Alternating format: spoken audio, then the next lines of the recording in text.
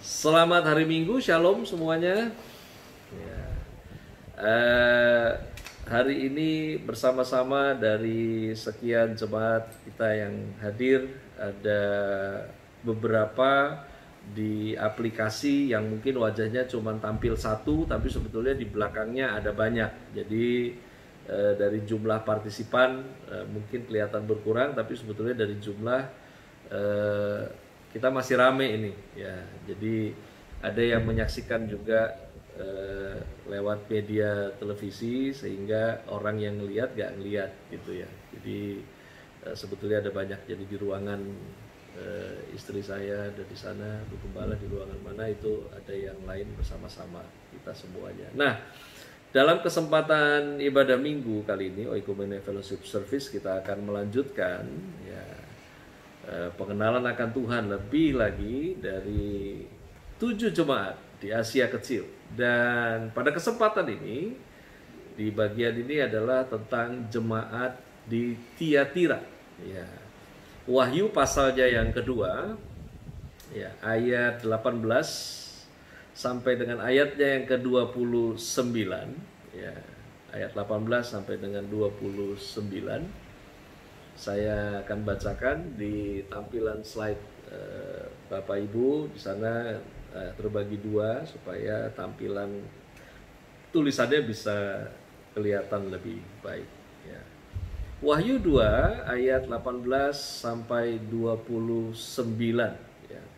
Dan tuliskanlah kepada malaikat jemaat di Tiatira, inilah firman Anak Allah yang matanya bagaikan nyala api dan kakinya bagaikan tembaga.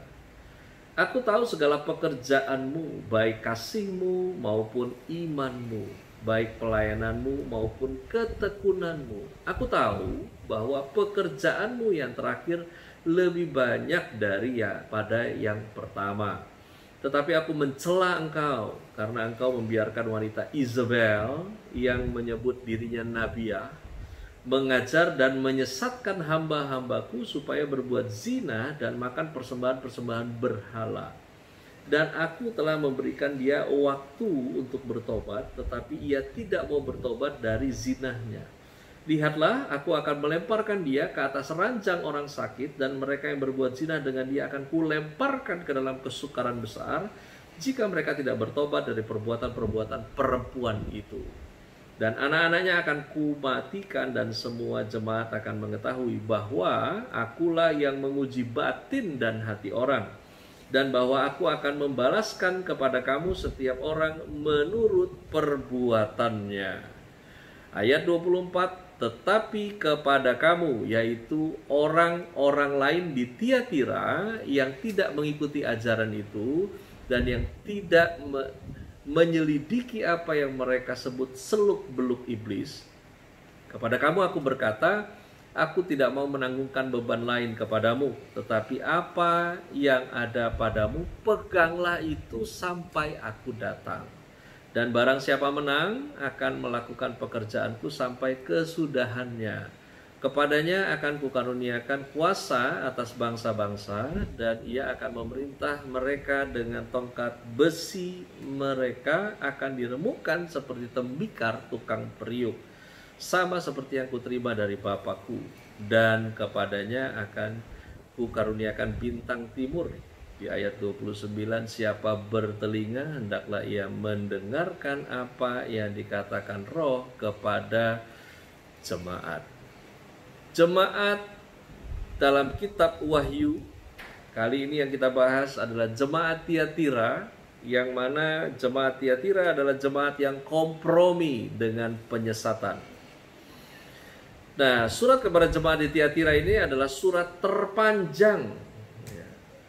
Jadi kalau ukuran kota, ini kota yang paling kecil di antara 7 jemaat kota yang dibahas. Namun surat Tuhan kepada jemaat Tiatira adalah surat terpanjang dari antara surat kepada semua jemaat di Asia Kecil.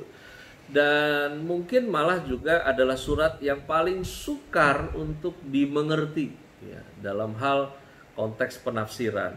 Nah, di permulaan surat ini Yesus memperkenalkan diri Di sana di ayat 18, inilah firman anak Allah yang matanya bagaikan nyala api dan kakinya bagaikan tembaga.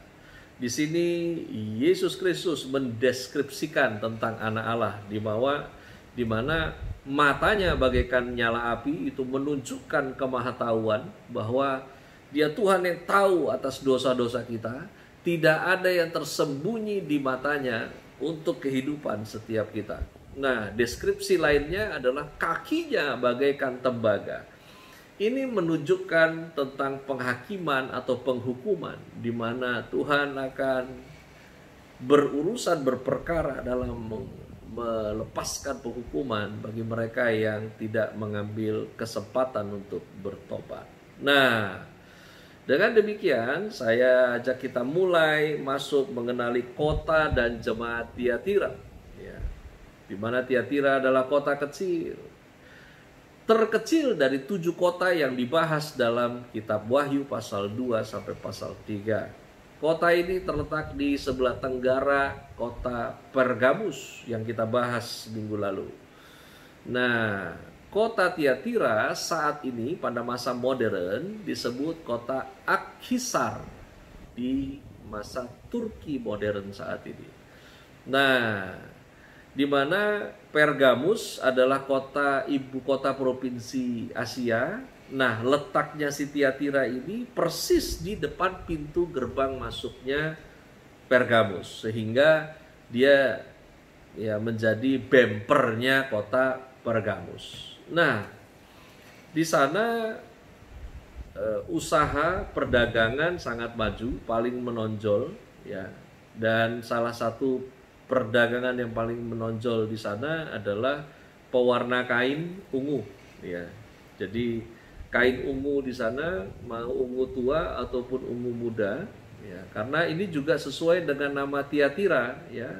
Arti nama Tiatira itu disebut kota Tiatira atau juga kota ungu, ya.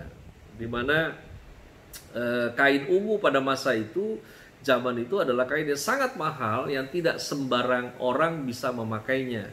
Biasanya hanya raja-raja atau pembesar-pembesar kerajaan atau imam-imam orang kaya yang memakai kain ungu tersebut.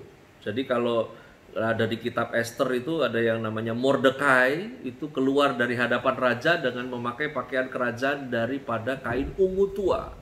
Lalu di kitab Daniel juga di sana disebutkan atas titah daripada Belsyazar dikenakanlah kepada Daniel pakaian dari kain ungu, ya. Jadi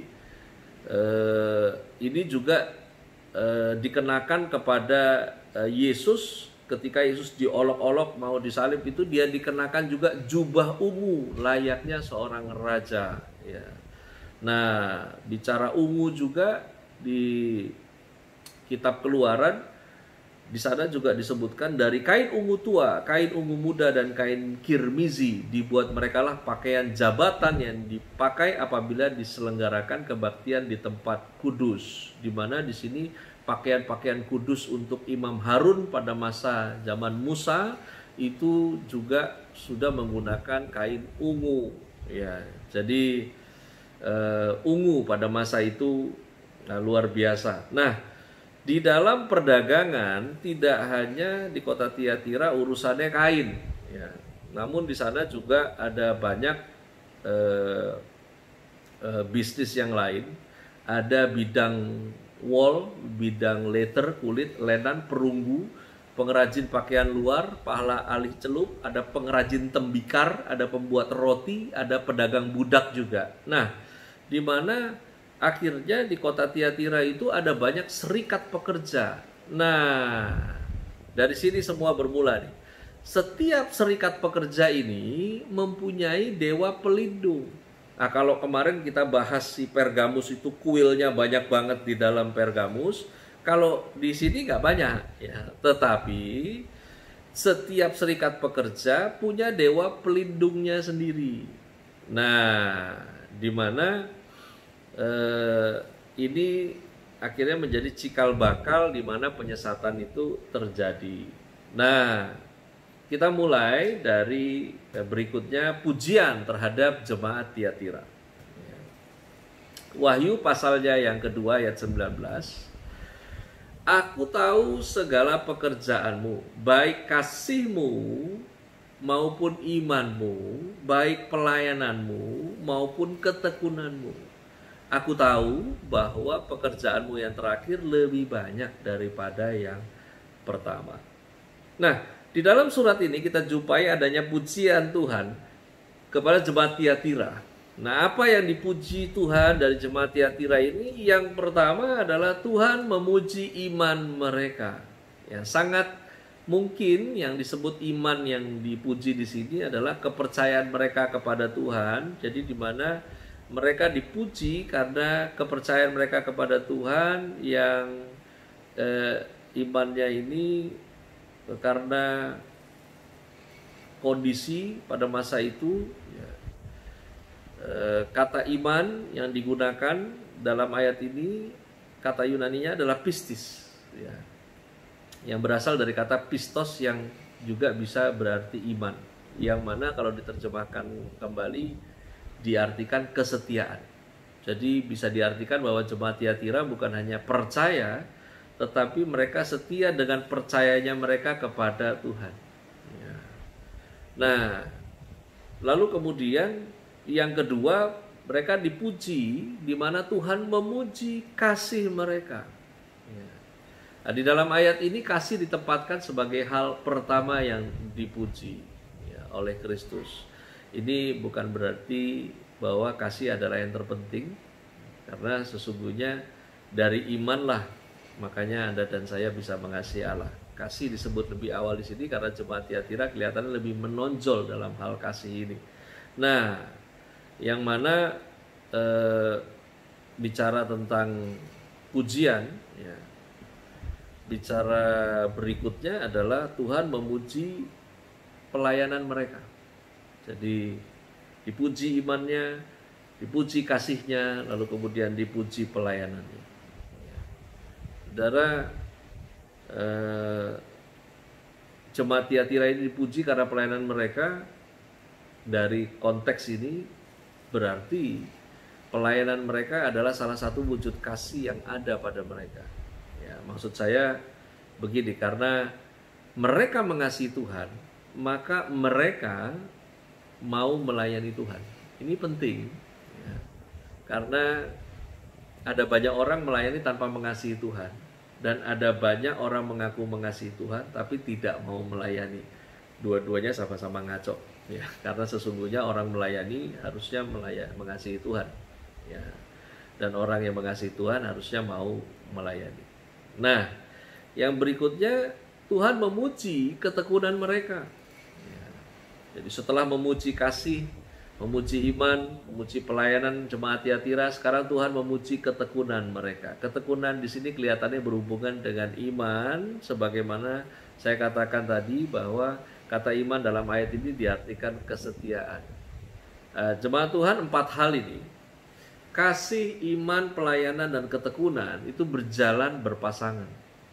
Ya, pelayanan adalah hasil dari kasih dan ketekunan adalah hasil dari kesetiaan. Nah, kata ketekunan di sini menggunakan istilah Yunani hupomone. Ya. Kata ini berarti kemampuan bertahan dalam kesukaran, ya, bukan dengan sikap sekedar bertahan diam atau pasif, tetapi dengan sikap sedemikian rupa sehingga mampu untuk menjadikan situasi atau hal yang tidak menyenangkan menjadi sesuatu yang memuliakan Tuhan. Ya. Kalau dari pengalaman-pengalaman yang kita lihat di Alkitab, ada kejadian di mana tengah-tengah malam Paulus dan Silas yang dalam kondisi dirantai, mereka berdoa di penjara menyanyikan puji-pujian kepada Allah. Nah, sementara orang-orang hukuman yang lain mendengarkan. Ya. Atau seperti Nabi Habakuk, ya, yang berkata, sekalipun ara nggak berbunga, anggur nggak berbuah, hasil zaitun kecewakan, ladang-ladang tidak hasilkan bahan makanan, kambing domba terhalau dari kurungan, nggak ada lembu sapi dalam kandang, namun aku akan bersorak-sorak di dalam Tuhan, beria-ria di dalam Allah yang menyelamatkan. Ini yang dimaksud dengan ketekunan atau hupomone, di mana jemaat Tiatira pasti mengalami tantangan yang hebat terhadap iman mereka, tapi mereka tidak hanya bertahan dengan pasif, namun mereka tetap hidup memuliakan Allah di tengah-tengah kesukaran itu. Ya. Nah, kemudian ada pujian lagi di mana Tuhan memuji kemajuan pelayanan mereka. Di sana disebutkan berbicara tentang kata pekerjaanmu, ya, di mana mengalami kemajuan.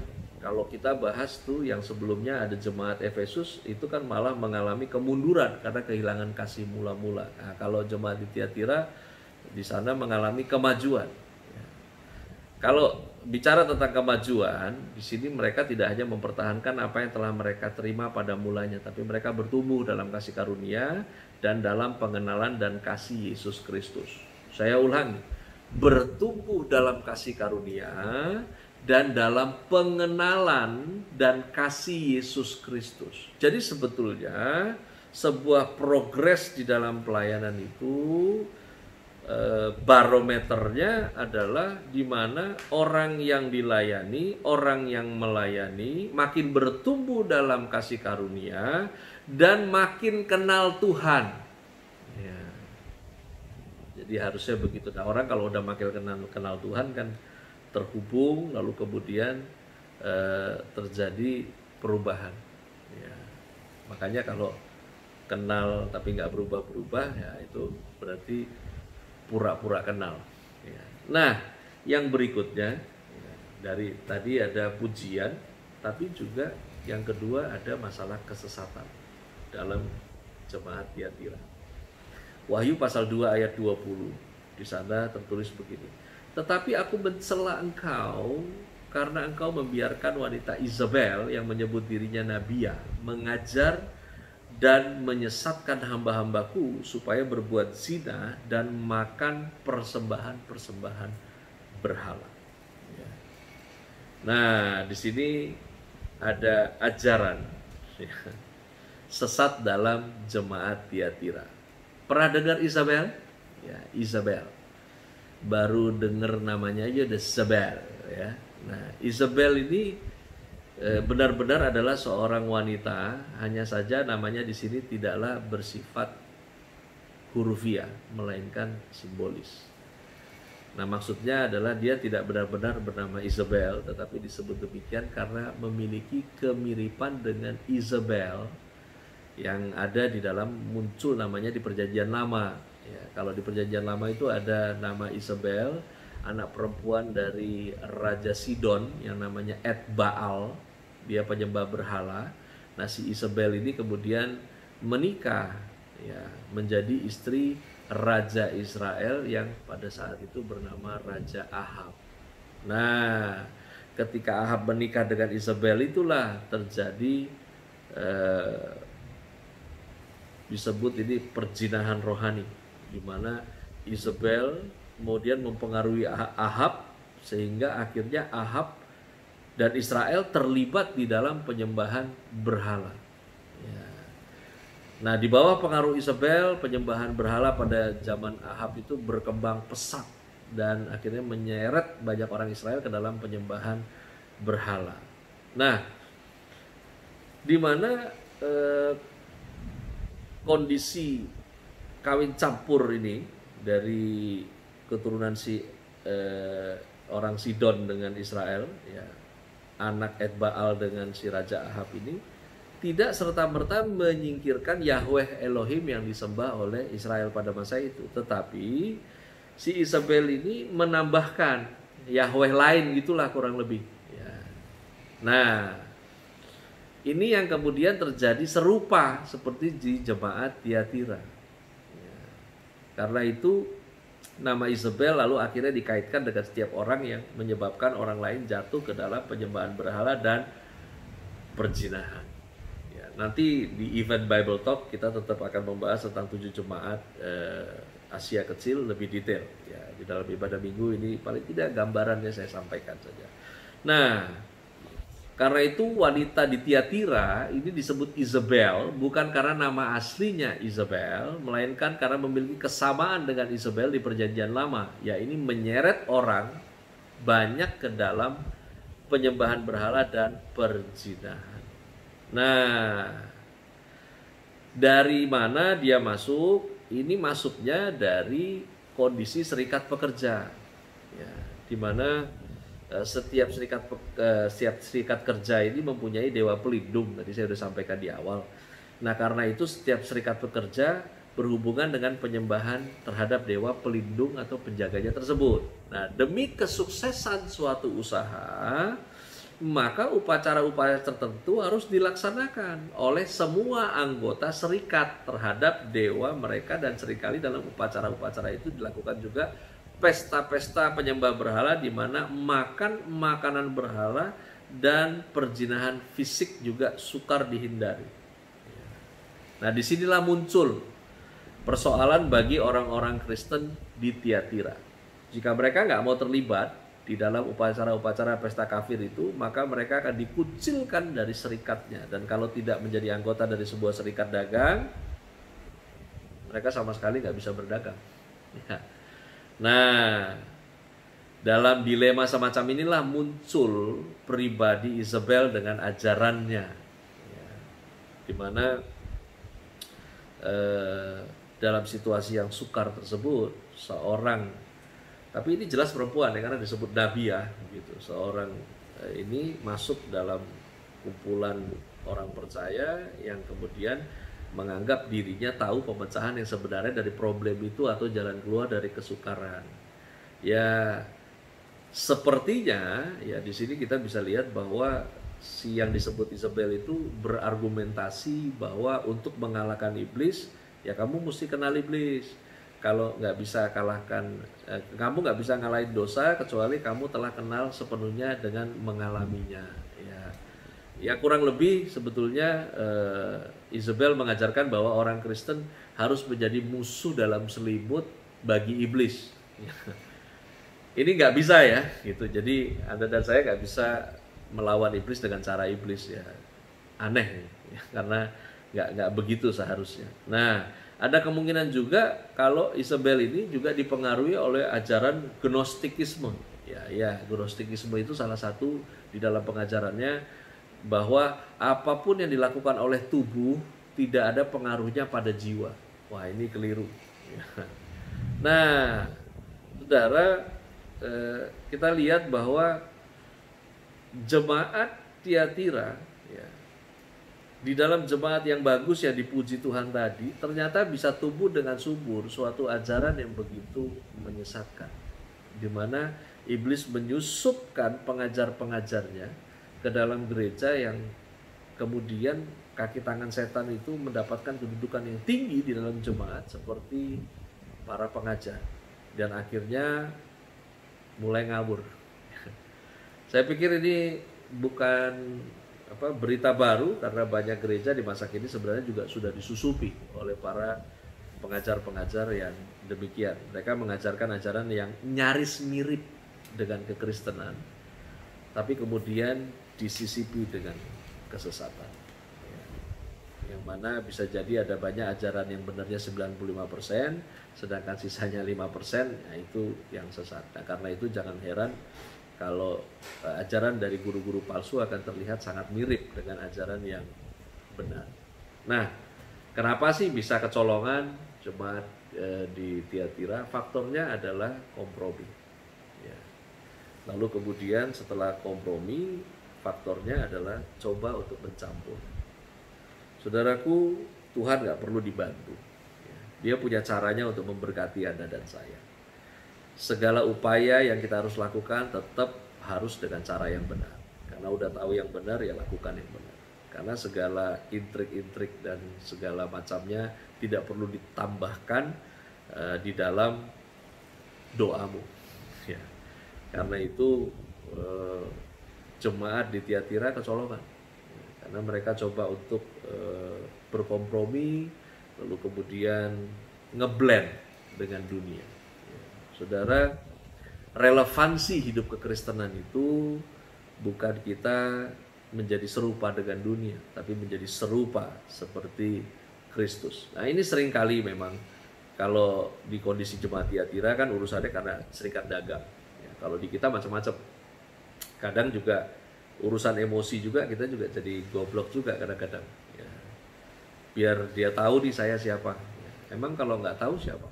Ya. Lu nggak tahu gue siapa? Ya, biar tahu. Ya. Nanti kalau tahu, ya saudara, Tuhan mau Anda dan saya jadi terang yang kelihatan, garam yang terasa kalau kita pakai caranya Tuhan. Kalau nggak pakai caranya Tuhan, Anda dan saya terangnya ya nggak kelihatan, garamnya ya nggak terasa. Nah, yang berikut tentang celaan. Ya.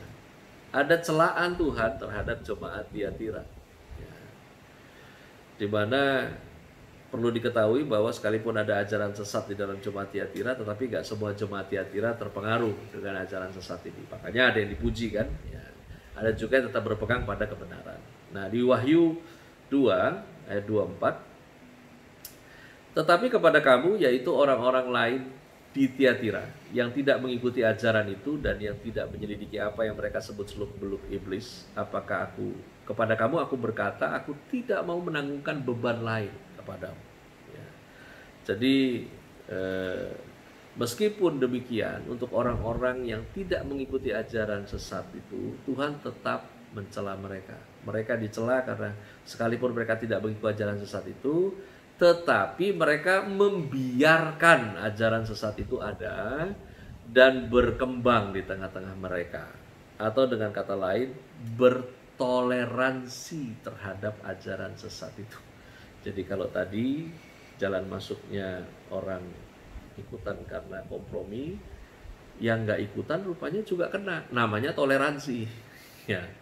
Nah, Wahyu 2 ayatnya yang 20 di sana disebutkan, aku mencela engkau karena engkau membiarkan wanita Isabel yang menyebut dirinya nabi yang mengajar dan menyesatkan. Ini yang disebut toleransi, pembiaran, saudara. Ya. Celaan itu disampaikan. Nah, kemudian ada nasihat dan ancaman di sana. Ya. Di sini teks kita tidak hanya menunjukkan kesesatan dalam jemaat Tiatira dan bagaimana sikap jemaat membiarkan itu tumbuh subur, tapi juga menunjukkan bagaimana reaksi Tuhan atas penyesatan tersebut, terutama penyesatnya yakni dengan cara menjatuhkan hukumannya.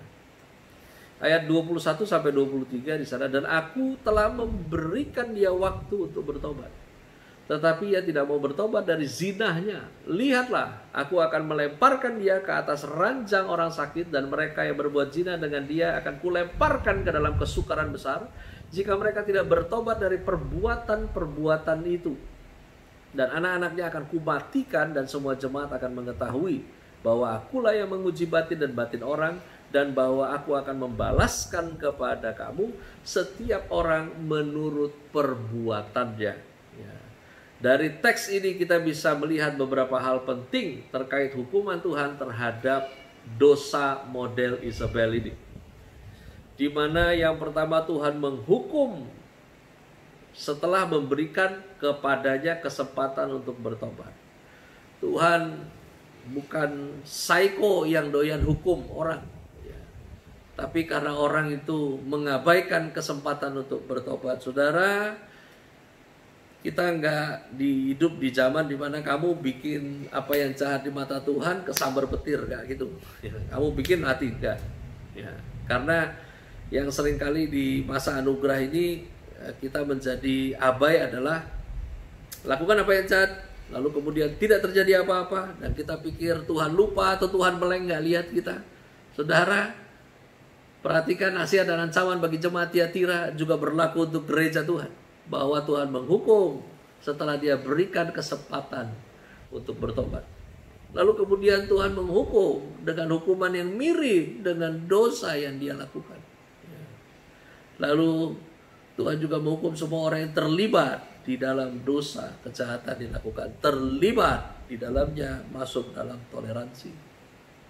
Ya, ada banyak orang-orang yang akhirnya tabur tuai dalam hal-hal yang terkaitan dengan okultisme dan sejenisnya. Saya tidak main dukun, Pak, iya, tapi lu kasih tunjuk alamat tuh dukun di mana? Ya, ya. Saya tapi kan tidak ikutan dia melakukan apa yang jahat untuk dia balas dendam. Iya, tapi kan kamu yang kasih sarannya untuk balas dendam, ya sama saja. Ya. Nah, Yang terakhir ada janji Tuhan bagi jemaat Tiatira. Memang pelangi kasih Tuhan itu gak pernah habis, saudara. Ya, ada janji Tuhan bagi jemaat Tiatira. Nah, Wahyu 2 ayat 24-28. Ya. Di sana disebutkan, tetapi kepada kamu, yaitu orang-orang lain di Tiatira yang tidak mengikuti ajaran itu, dan yang tidak menyelidiki apa yang mereka sebut seluk-beluk iblis. Jadi yang gak ikut-ikutan cari tahu tentang iblis, kepada kamu aku berkata, ya, aku tidak mau menangguhkan beban lain kepadamu, ya, tetapi apa yang ada padamu peganglah itu sampai aku datang.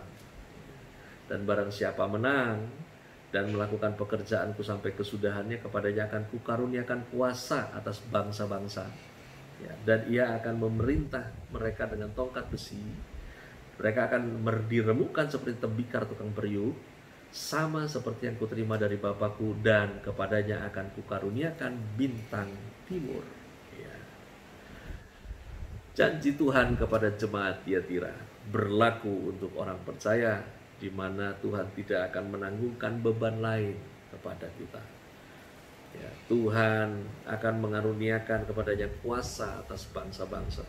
Saudara, kalau dibilang kuasa atas bangsa-bangsa, jangan ngaco menerjemahkannya seolah-olah ini bicara duit, ya, wah berkat bangsa-bangsa. Nggak kesana ini arahnya. Di sini bicara tentang bagaimana orang-orang yang menang, ya, akan berpartisipasi dalam pemerintahan bersama dengan Kristus setelah kematian, ya, dimana orang-orang percaya yang akan ikut memerintah, ya, bersama dengan Kristus. Ini jadi kalau mau bicara hari ini, Anda dan saya hidup dalam ketekunan. Sebelum Dia datang, Anda dan saya melewati kematian, masuk penantian. Nah, itu nanti akan ada mahkota sebelum perjamuan kawin anak domba. Mahkotanya buat apa? Karena memang ada status sosial, ya. Anda dan saya yang terhitung setia itu diberi kuasa untuk memerintah bersama dengan Kristus nanti. Nah, lalu kemudian Tuhan janji akan mengaruniakan kepadanya bintang timur. Ya, saudara, ada terjemahan yang keliru mengenai bintang timur yang seringkali ini dikaitkan dengan iblis. Padahal di sini bintang timur yang muncul itu pertama di dalam Alkitab ada di Yesaya. Di sana ada kalimat gini, wah engkau sudah jatuh dari langit, hai bintang timur putra fajar. Engkau sudah dipecahkan dan jatuh ke bumi, hai yang mengalahkan bangsa-bangsa. Di sini sebetulnya mengacu bukan kepada iblis. Karena kalau dari teksnya di sini lebih berkenaan secara eksplisit kepada Nebukadnezar. Ya. Bahkan kata Lucifer itu sendiri sudah tidak dikenakan kepada iblis, karena setelah memberontak namanya udah bukan Lucifer lagi, saudara. Ya, nanti kita bahas detail lah di Bible Talk. Karena Lucifer itu artinya adalah pembawa terang. Itu arti Lucifer. Jadi gini, saya simpulkan saja yang terakhir bahwa Tuhan janji, Tuhan akan mengaruniakan kepadanya bintang timur. Di sini bicara tentang menikmati persekutuan dengan Tuhan tanpa halangan. Karena itu mari tetap hidup yang murni dan beri diri kita untuk terus dimurnikan lewat apapun yang kita hadapi. Karena semakin kita dimurnikan dan kedapatan benar sampai pada akhirnya, sampai Anda dan saya tidak lagi terhalang apapun untuk bersekutu dengan Kristus. Sampai akhirnya Anda dan saya menjadi serupa dengan Kristus. Tuhan Yesus memberkati.